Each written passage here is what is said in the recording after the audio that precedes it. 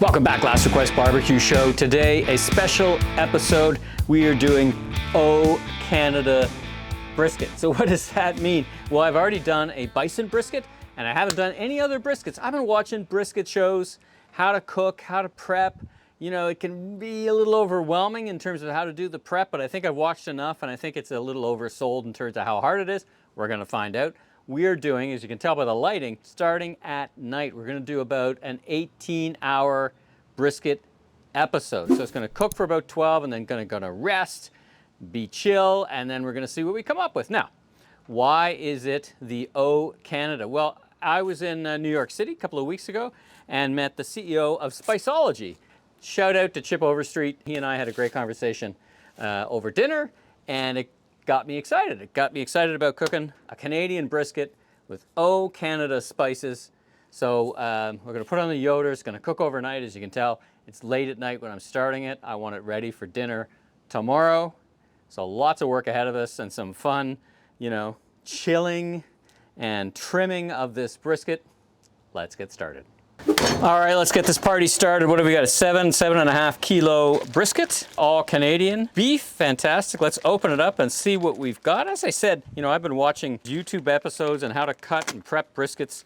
I got my Dalestrom Pitmaster knife here, so I think I got the right tools for the job. Let's open it up. I've been watching these, and you know, it started to feel like, I described it with the bison brisket as origami, but I start to feel like it's a bonsai tree. Like you watch the experts and they just cut and trim until they're happy with it. Now, I'm gonna be putting this on the Yoder YS640 smoker.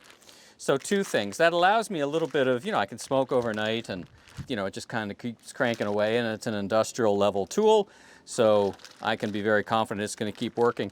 But it also means versus, and the one kind of, several kind of rules, I guess, or guidelines, is if you're cooking brisket on a pellet smoker where there's less intense smoke and less intensity, you really have to get rid of most of the fat down to a 1/4 inch, streamline it out, versus like when you're doing it on a Kamado where you leave more fat on because there's an intensity of the heat. So that's our approach. Again, we're on the Yoder YS640. It's a good looking brisket, 7.5 kilos. Since this is an Canada brisket, it's about 15 pounds, I guess, starting weight. All right, so let's get started. First of all, we're gonna cut off this large buckle here. I think they call it the buckle. It's like a built-in handle, so let's get rid of that. This is where these knives really shine. Now, as you can see, a little bit of technique, grab and pull. Just be careful of what you're pulling. And in fact, as I begin to start this, I think I'm wearing the wrong stuff. I have the cut gloves, no cry cut gloves. So I'm gonna put those on because they're gonna do a lot of cutting. So I'll be right back.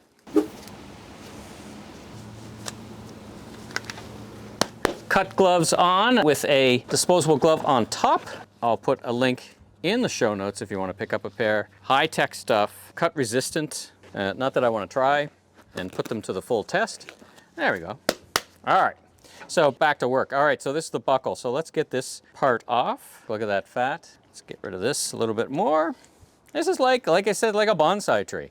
Take your time. And you know, I'm kind of new at this. I did it on the bison brisket, but the bison brisket was a whole lot leaner. You really are aiming to put and leave about a 1/4 inch in total here. Look at that. All of this is not gonna go to waste. We're gonna use it as tallow. Let's flip this over. Kind of work on it as we go. Oh, it is quite a heavy beast, actually. Oh, big fat cap on this side, so let's get at this. Oh, that's a fairly thick fat cap. All right, no problem for this knife. Let's just trim it all up.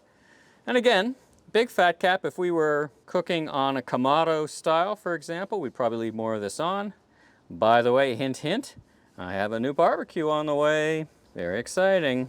So I think we'll be doing some episodes with Kamado cooking very soon. I'm very excited, actually. Yes, I did get one from my lovely wife and kids for Father's Day on order. So yeah. Boy, there's actually a lot of fat cap to be removed here.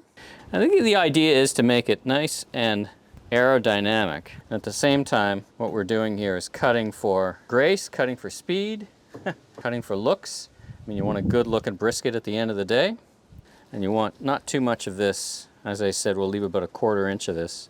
Definitely need a good sharp knife. Makes this job a whole lot easier. That's probably one of the better investments I've made, is cutting through and getting these Dalestrom knives. You know, this also reminds me, as I was watching, you know, pitmasters cut briskets, it reminds me of that joke, You know, there's that TV show where on PBS where the guy would paint and paint and paint. You know, this is where I really have a good time. It's cleaning this old brush. We wash our brush with odorless paint thinner, shake it off, then and just beat the devil out of it.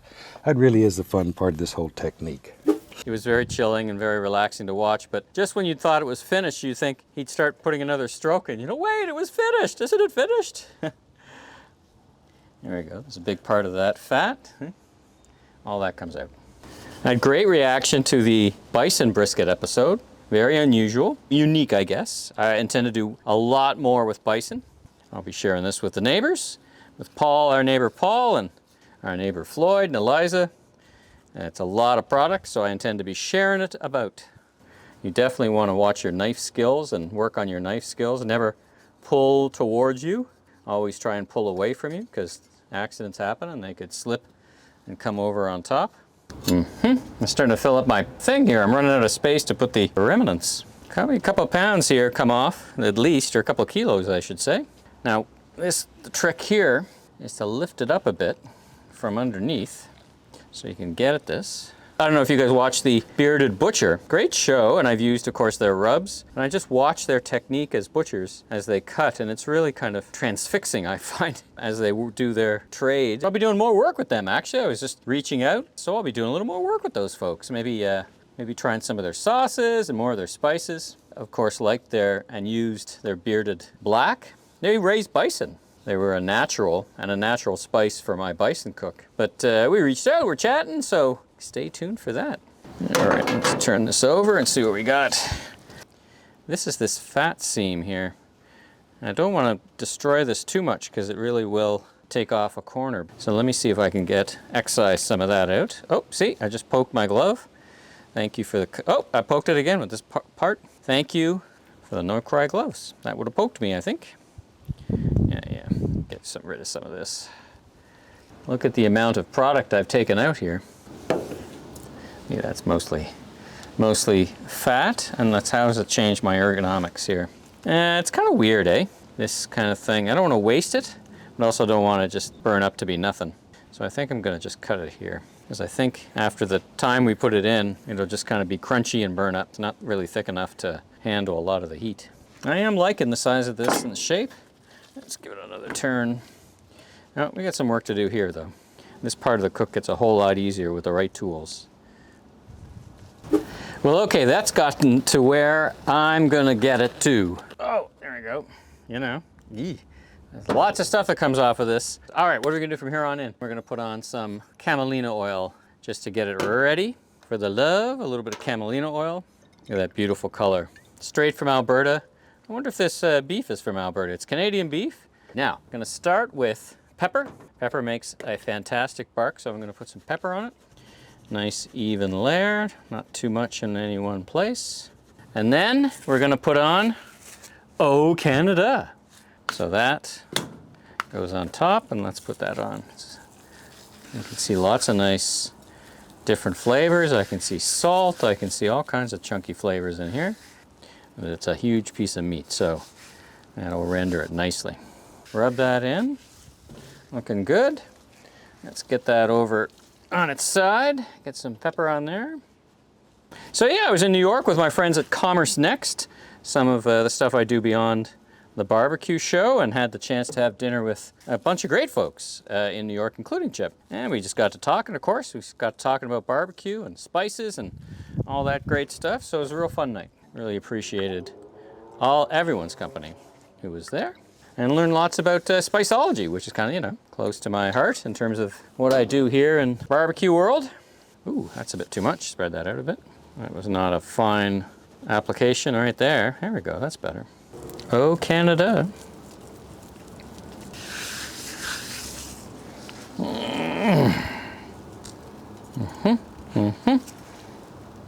All right, I think that is done. And good looking. Now, let's get it on the odor. All right, it is morning. We're cooking along. It is about 9:30. The cook's been going on for about 10 hours. So let's take a look. Just check the hopper. We're only about half full, or half empty, I should say. So, the odor just continues to chunk along. So let's take a look. I don't know what temperature it is because I did forget to put in my probe. So I'm going to do that right now. So let's just visually take a look first. Oh, yeah. Looking good. Looking pretty sweet. Now let's give a feel for it. Bark is nice and set, moving around a little bit. You get some nice juice here. I'm liking what I'm seeing. Let's use the probe to take its temperature. Oh, it is not buttery smooth, that's for sure. It is definitely not finished cooking. What do we got? We got about 170. All right, we're in at about 170. So we're getting there, that's for sure. Cooking along. So what I'm gonna do is actually turn it up a little bit at 225. All right, I'm looking basically for a smooth 200 degrees. So we got some work to do, but now we can turn the temperature up. And then soon I'm gonna wrap it up. So I'm gonna leave it unwrapped for another, let's say 2 hours. But overall, really happy with how we're looking. All right, it's been a couple more hours. Temperature of my brisket sitting at, 185. So it's gone up a few degrees for sure. Temperature's up to 225. So now it's time to start spritzing. Brisket's looking pretty good. It's looking kind of nice and moist. By the way, I got my fat that I cut off the brisket here, and we're melting that down, and that'll what I will use for the tallow that I'm gonna sprinkle over. I'm doing a spritz of 50-50 apple cider vinegar and water. And the common consensus here is that doing this, the smoke will adhere to the surface and give you a really nice bark. So I'm gonna be doing this about every 45 minutes, again with a 50-50 mix of apple cider vinegar and water. We'll be back, onwards and upwards. All right, we're now about 16 hours into the cook. I've raised the temperature up to about 300, and then I've now lowered it. Just been kind of resting. I think it is let's just check, just with this probe, I'm just checking temperatures. Buttery smooth. Very nice, very nice. A little tougher here on the ends. Perfect, all right, let's get this out. Oh, very nice, very nice. Let's get that in, and let's get that wrapped, and we're gonna put some of our homemade tallow, so to speak, on it as well. All right, let's turn the Yoder off. Done its hard work for the past 16 hours, very dependable, and let's get to wrapping this up and resting. All right, so we're gonna cut 2 parallel sheets here of our butcher paper. And oh Canada, we're gonna have some brisket tonight. The neighbors too. All right, so let's get our brisket onto the wrap. Jiggle, jiggle. We're gonna put a little bit of our tallow here. A little bit extra this and that. And then now what we want to do is wrap our brisket. Now we're overlapping, so we want to put this together, tuck that in, and like a good present, fold that over. So let's fold that over like this, bring this in, wrap it really tight, tight as we can get it. There we go. And now this. And we'll fold that in. Fold that in just like that. I'll wrap that nice and tight. And we'll let that rest now for a couple of hours. All right, so our brisket is ready after 11 hours. What are we at? 156, that's perfect cutting. 147, 150, 151 on the nose. All right, let's do a bit of cutting. First things first, let's get this puppy unwrapped. Check that out. There she is. Smells amazing. Still piping hot. Jiggle, jiggle. All right, the lean and the point. So thinking about how I watch Jerby, and thank you Jerby for the instructional video. I'm going to cut the lean part on an angle like this and come across to straight to here. So let's get started. The trick here though is A, have a nice sharp knife. Love this knife. And then 2, as you cut away, finish away. That way you're not pulling back any of the bark. So cut. There, finish away. Beautiful. We need some practice doing that, actually.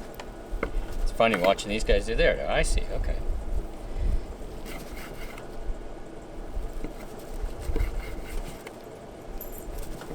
through and finish. Nice. Start making this angle here. Let's take a quick look, see how we've done. Oh, very nice. Beautiful smoke ring. As you'd expect, a little bit drier on the lean side. There we go, up to about right there. All right, so how are we here? Oh, see, already starting to get some delicious moisture in here. We can put a little bit of tallow on there as we cut. Let's get a bit of that. A little bit of theater here. There we go. Now the idea is, as Jerby would say, you're not putting tallow on dry, you're putting tallow just to accentuate. Now, check that out. Right? Delicious.